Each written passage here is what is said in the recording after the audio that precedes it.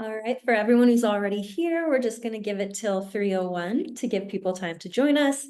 You early birds, it's 2:59. Thank you for being prompt and on time, but we're just going to chill out for a second until we have a fuller crowd in the Zoom. Really appreciate everybody making time to join us today, right in the middle of the week. So I'm excited to get started in just under a minute.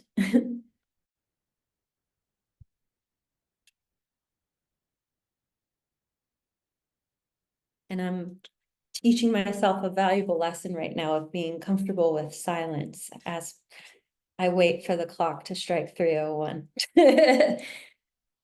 Always teaching myself that lesson.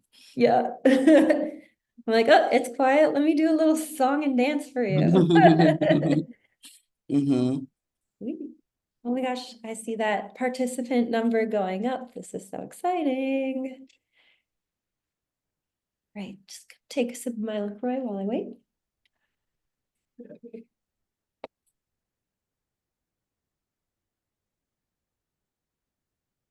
All right, here we go. Excited to get things started.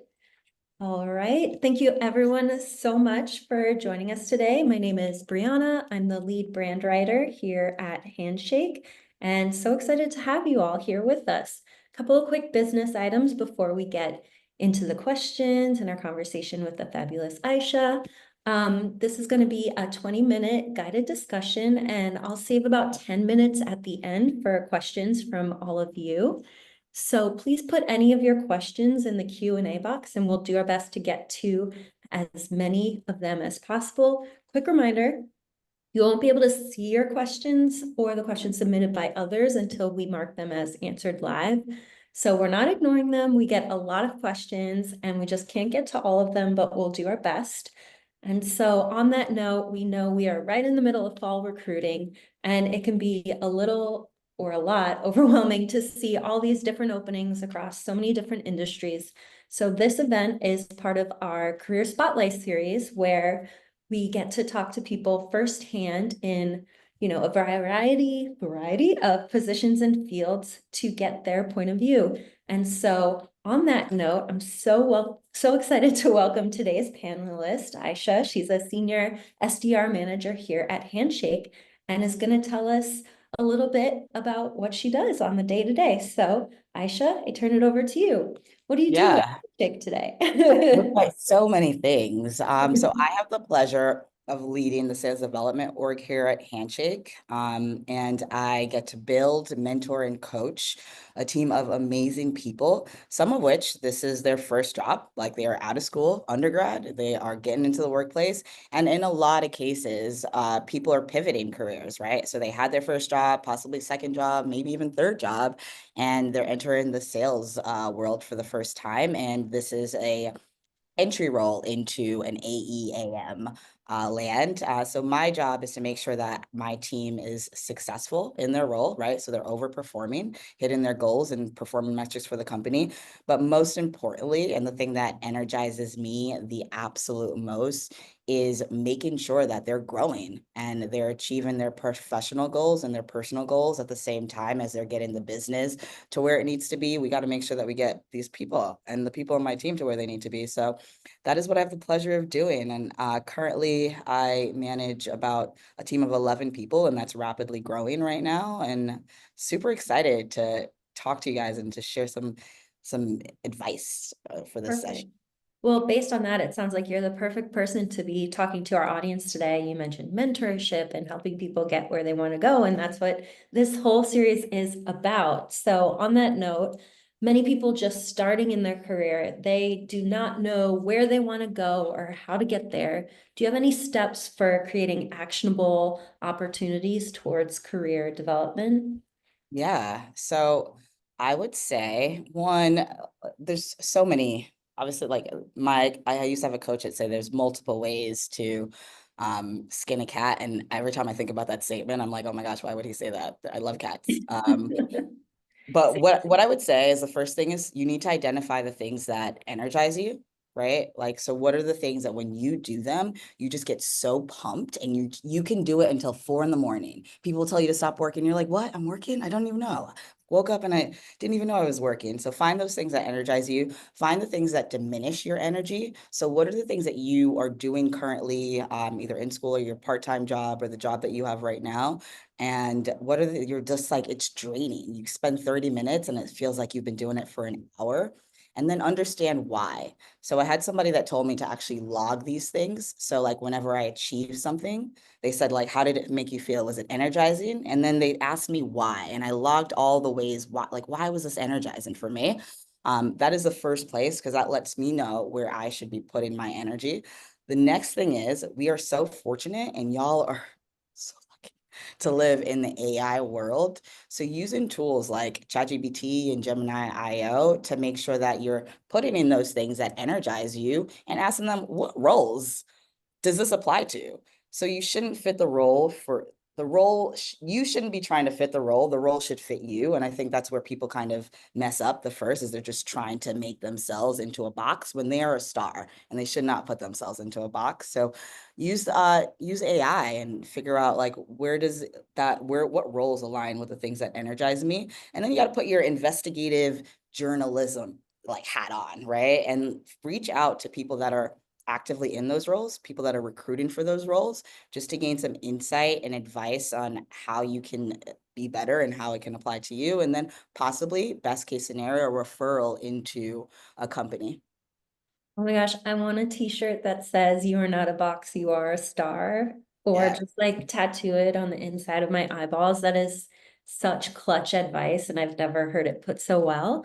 And you sort of mentioned initiating coffee chats or informational as a tool to help, but sort of getting more narrowed in on that feeling of being lost or not knowing where you want to or should go, or just no clear vision. Do you have any advice for those people on how to sort of gain that clarity or any practical steps? Yeah. So one, I'll tell you all the jobs. I just interviewed somebody and they asked me what was my first job out of college. And I was like, I either worked at a commissary or it was a car sales, and that sales job was a great job. And what I would like to say is like you can't find something or yourself unless you're a little lost, right? So that's the first thing. And my advice is it's okay to not know. Most people don't know. There's actually only estimated 20% of people that know exactly where they want to go in their career path. The rest of us, the other 80%, we're just trying things, right? And I think it's really important to know that it's okay to try something and then decide like, that wasn't for me. You got to put your Goldilocks hat on, right? And you're trying your porridges until you find the one that's just right for you. And I actually looked this up, and Hugh Jackman is an example. Like, I'm sure we all know Hugh Jackman. I know him as Wolverine. That's like one of my favorite characters for X-Men.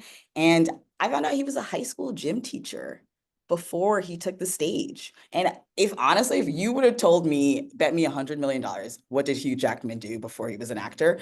None of what I would have said would have been a high school gym teacher. He does not give high school gym teacher vibes, but that's what he did before. And he loved that role, right? Until and he learned a lot of things about how to interact with people and how to perform. And you got to put on a bold face when you're teaching kids, right? And he carried a lot of that over into his acting role. And I just think that is a great, like, highlight of most people don't know what they're doing, right? And you just have to try things and make sure that you're applying everything that you learn in the roles that you have tried or the areas that you're kind of dipping into your career. And again, take note of the things that energize you and take note of the things that deplete your energy. Oh my gosh, I love that. That it just rings a bell for me. My first job that I worked for 6 years. It got me through high school, through part of college, and then I went back when I was trying to, gain employment after graduation. I worked at Panera Bread longer than anyone probably should work at Panera Bread. Yeah. And I use those skills every single day. I'm doing nothing now related to food service, but everything I learned at Panera comes into use no matter what stage of my career I'm at. So I love that example of just being open and gathering that sort of evidence to help you and clues of where you want to go. So to that end, you're sort of here as a mentor today. And I was curious what role networking and mentorship played for you in getting you to your role at Handshake and on your career path. And do you have any tips for people looking to expand their network? I know when you're just graduating school, you might feel like your network is a little small. So any sort of tips would be greatly appreciated. Yeah, mentorship and networking has played a huge role. I wouldn't have gotten this job at Handshake if it wasn't for old colleague of mine referring me, right? And somebody that I kept in contact with and now a dear friend. And I wouldn't be where I'm at all, right? If I didn't have mentors telling me that, like, it's okay. You don't have to know. Like, this is how you navigate. Um, so I would say that, like, throughout my career, every single, like, whether it's school, whether it's I was a waitress before, whether it's like a career job at a car salesman or here at a software company, I always find the people internally that can invest in me and that want to invest in me and that I look up to as their whole self. Like, KK is a great example of that, right? She brings her whole entire self to work. And I look at her and I'm like, that's somebody that I want to lean into because I want to always be an exec that brings their whole self to work and makes others feel comfortable as well. And RLCRL, Brett, he was a huge mentor and he taught me everything I needed to know about how to present myself in meetings with execs. And I've gotten so far with just those tiny things. I had one leader actually a while ago that told me I was trying to change roles, and he asked me, he will help me change roles if I can answer the question, am I running away or running towards the new role? And I kid you not, that David Katz, if you know him or met him, tell him he has changed my life. I know one of my old mentors, he now runs his own company, and I rely on him on a monthly basis to give me tips on how to be a better SDR leader. So it's played a huge role. And the actionable tips that I can give y'all on the line is one, everyone wants to help. Somebody actually from the session reached out to me for advice and tips for them as they're entering. And I believe it was an engineering major. And let me tell you, I, don't know nothing about being an engineer, but I know a lot about helping people progress in their careers. So using Handshake, reaching out to recruiters, asking them for advice, even if the roles aren't opened up, right? Using any other platform like a LinkedIn to reach out to people within the roles so that you can ask them for advice, different ways that you can actually be better or skills that you should be thinking about. Reaching out to executives, especially executives that have a similar background as you, right? If you want to be an exec one day and you're not reaching out to executives, telling them your goals and asking them for mentorship, you're doing yourself a serious disservice. We all, and 90% of the people that you see on Handshake and on LinkedIn, we want to help. Like, this is building a career and building industries is a team sport, right? Like, you are a future, and most people want to help build your path there or help make it a little bit easier. So I would say, like, be action oriented and reach out to people right now to get advice. And wherever you are, always seek mentorship internally as well. I love that. You're here dropping all these catchphrases today. Are you running away or towards it? Like, I want That to get, changed my life. dude. It changed. I ask myself that question every time I want to make a decision. I'm like, okay, wait, am I scared or am I excited? Yeah, I like want to get my notebook out and write all of this down. You mentioned earlier KK, who for everyone listening, watching today, KK is Catherine Kelly. She's our Chief Marketing Officer here at Handshake. She's also the executive leader for the team I'm on, and I couldn't co-sign what you're saying more about her. She's incredible.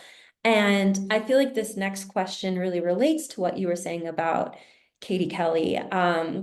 And fostering a positive collaborate work environment and how important that is. So I know this is something like you can never tell from that job listing. So if you have any tips or clues or advice on how students can look for green flags to indicate that a workplace is a positive environment.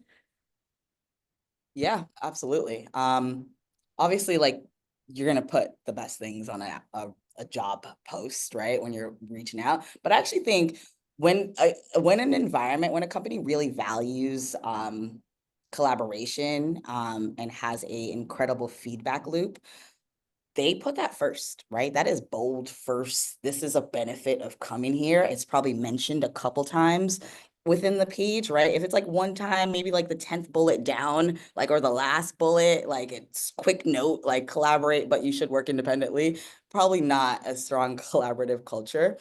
I also think at the same breath, I said like you should reach out to folks that are doing the role, reach out to people within the company, right?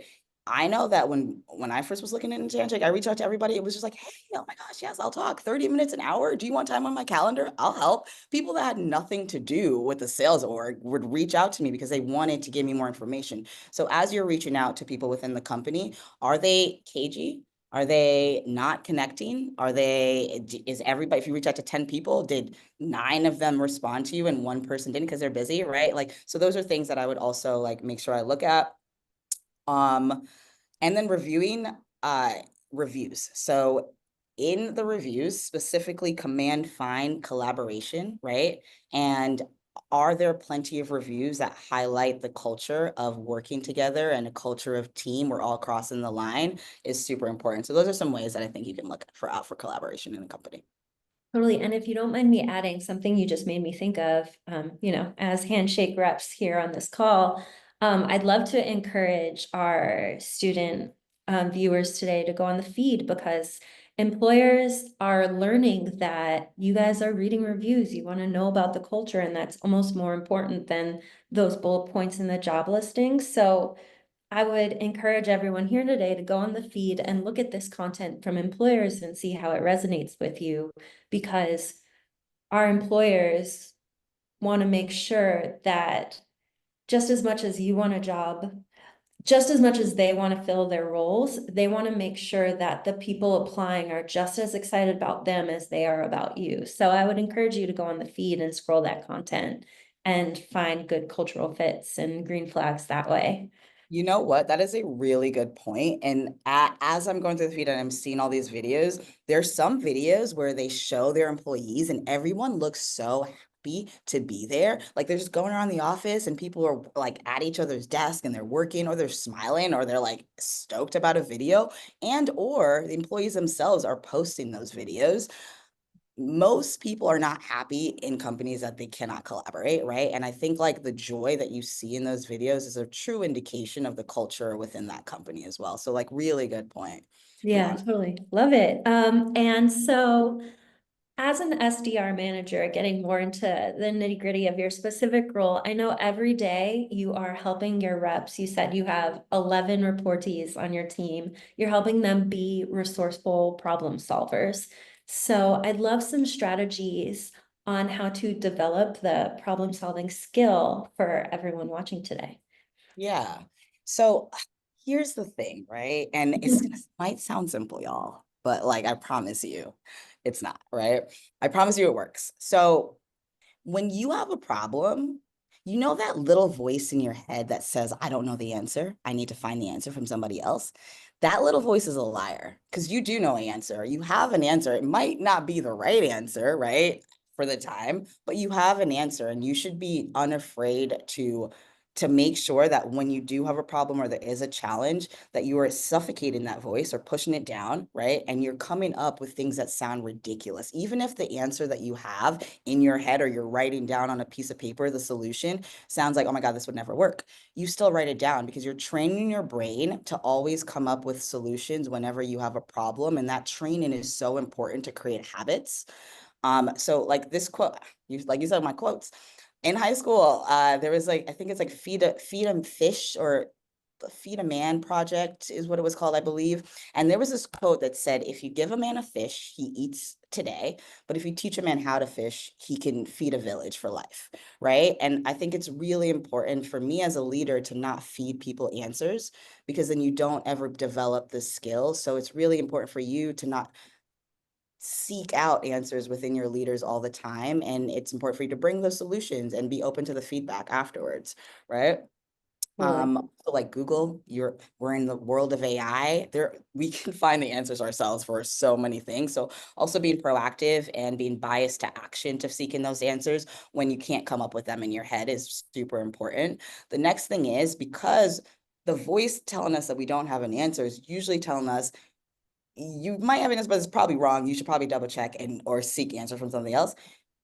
No, that voice is a liar. You need to get excited about failing. It is okay to have a wrong answer, right? Because the people that we know fail fast, have a greater chance of sustainable success in the future, and have a greater chance of coming up with solutions that are applicable to most of the problems that arise in their life. So I would say, like, one, be self-sufficient, and two, get excited about failure and be bold enough to say the responses or the answers that you have to the problems that come up, to your manager or to whomever, your teacher, whomever it is, and be open for them to correct you because you're just going to learn from it. Yeah, I'm gonna hit you with a quote. We do something on, I sit on the design team, and whenever we're coming up with design solutions, we like to present options from mild to wild. So what you're saying about like follow that urge of like, I think I have a solution, but it might be silly or weird or whatever, we should consider it. So when you get everything from mild to wild, you find that thing in the middle that's just right. So I love that. I'm like, let me give the quote girl a quote. I'm gonna steal that, actually. I'm I writing that do, down. mild to Talk about wild. you from wild. So on the management front, are there any skills you rely on to manage every day that might surprise the audience? Yeah, so maybe not a surprise. I feel like now we kind of have a more a firmer grasp, but empathy. Empathy is incredibly important to the success in my role and the success of the individual people on my team. I am a very feedback oriented person, and when you give feedback, people need to know that it's coming from a place where they know you want better for them, and this feedback is for them and it's for their growth and it's coming from a place of caring. And I, for better or for worse, I am a tried and true people person. I know and I understand the things that drive my team. I know, like, the things that they're facing personally. I know the things that they're facing professionally. I know their goals professionally and personally. And all of my advice, like, it comes from that place. And when there is any kind of challenges that arise, I can see the whole picture versus just the picture at work. And personally, like, I have a team of overachievers and I've had a team of overachievers for 3 years. And so, like, I actually think, like, that is my strongest skill, is that everyone knows that I care about them so deeply. I love that. And that dials back again to what you were saying about collaboration and green flags, and I love it. So on that note of collaboration, we have so many questions from our audience, which is super, super exciting. So we're just going to spend the next 8 minutes getting to as many of them as possible. So first up, I'm just going to read the questions because I want to make sure I honor the original. What are decision-making barriers you face in your position that are the most difficult? And Decision-making barriers. Because I cannot, so typically I would ask a clarifying question here, but I cannot see you and I can't ask that clarifying question. So I would say a barrier, and I think for any leader, this is just a way of life. There are multiple checkpoints, right? When I make a decision for my team, I don't make a decision in a vacuum, right? I have a leader that I have to report to, and they have a leader that they report to, and that leader is attached to our wider business goals. And there's things that I don't necessarily have insight into, right? That, like, it comes down. And so when a decision is made, or when I make a decision and I double check and it's maybe put on pause, or like I have to do more explanation, it's because, like, it's attached to a larger business goal. And there just has to be a bunch of checks and balances. So I think it's just reiterating, revising, and coming back um, with another, solution. perfect, love it. All right, up next. This is a little longer of a question. What brought you to sales and who do you think would thrive as an SDR? Yeah. AKA, what are some qualities of people who find the most joy and success in this role? Yeah. So when I was a kid, my dad, your parents record you on the video and they ask you what you want to be. And a lot of people love that. I did not like it when I was a kid. I actually sent me in a panic. I used to cry every time. And I used to just say, I'm just really good at making friends. I just really care. That's all I do. I just want people to be happy and to make friends. And that has been like the leading thing for me for all my life. I don't believe that life is like your life is useful, is not useful, that's a bad word. I don't believe like a true life is lived unless you use that time on earth to help others. And in a sales role, right, like especially depending on the product, and you're helping a company but that company is helping an individual, right? And it just really excites me to make sure that I can solve the problem for our customers as well. What's led me to management is realizing that like, oh my goodness, I'm so excited about helping our customers, but I can't see that long term. Like I don't have insight into how my help or advice has impacted them years on end, right? And as a leader, I actually get to do that times 20, right? I get to see the impact that it's having on my team, and then my team is having on our partners at Handshake and students at Handshake. So that's what's led me to sales. I just really, I know it sounds corny, but helping. And who do I think would benefit in a sales role? So I think someone that is bold, right? Somebody that also really likes helping people, right? I think it's a sales role, right? So like I have personal goals, right? So somebody that is excited by quotas, right? And the ability to overperform and get more money like excites them. Somebody that is like very good with people, really gritty. I think if I'm gonna be honest, there's so many people that could fit into a sales role, right? I love that. And here I'm in the New York City office where the majority of people who work out of this office are in sales. And the people I'm encountering every day definitely fit that in that they're all so different from each other, but they all share that like achievement oriented, people person vibe. So I think that that's so interesting and great to hear from your point of view. I know every session we do, we get a question sort of like this, and I know there's a hunger for answers to this specific one. So I'm excited to ask this next question, and thank you to whoever wrote it. I'm just going to read their words. You touched on contacting people in specific roles I desire. How would you recommend standing out and getting a reply? Or is it more about the quantity of people you contact rather than the quality of the message? Yeah, that's a really good question.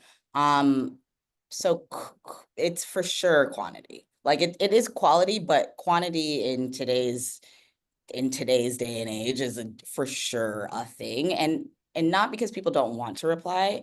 It's just, for example, sometimes I have 26 hours of meetings and I didn't have time to, and then I go on vacation right after, right? And then I don't have time to reply. So it's not people that want to reply, maybe they just didn't see it. So that's where quantity comes into play. And as far as like the context in the message, I just do it. If I'm going to be completely honest, I don't really think the content matters because guess what? If you sent the wrong content, you know what you could do? Oops, I sent the wrong content. That didn't work for you, but I really want to talk to you because I want to learn more about your role. That absolutely will work every time because you're a human, right? And like sometimes when we send a long paragraph or three like paragraph message, it's not like necessarily perceived that way. So for sure, just like doing it. Cool, I love that. We are close to the end of time. So before we wrap up, I just want to echo your sentiments. Like, always reach out, try your best. The worst case scenario to any of this is you won't get a response or someone will say no. And the no will always be worded in a super kind way. So shoot your Also say, shot. yeah, and I know that we're wrapping up, but just to finish, you would be surprised how many people reach out. Most people don't reach out. So like to say like, what can I do to stand out? Just reaching out is the standout part, especially Yeah. people that are graduating. It's usually, you don't usually see somebody bold enough to do that. So that's what I would say. Yeah. Oh, and if you do reach out and you do get a yes and you do get an interview, write a thank you note. Somehow people don't know that, and it might seem obvious to you to write a thank you note, but fun fact, from our point of view, it's not. So, on that note, we are wrapping up for the day. And now I'm going to tell you, thank you for joining us. Thank you so much, Aisha, for giving us all your time and expertise, and to everyone for coming and joining us today. As Emily just shared in the chat, if you don't mind, please take 30 seconds to fill out our feedback survey so that we can keep bringing you events like this and make them as helpful as possible, and stay tuned on our Instagram and on the feed for more events. So thank you, Aisha. Thank you, everybody, for coming, and I hope everyone has a great week. And for anyone this applies to, Happy New Year. Thank you so much. Happy New Year, everybody. Bye.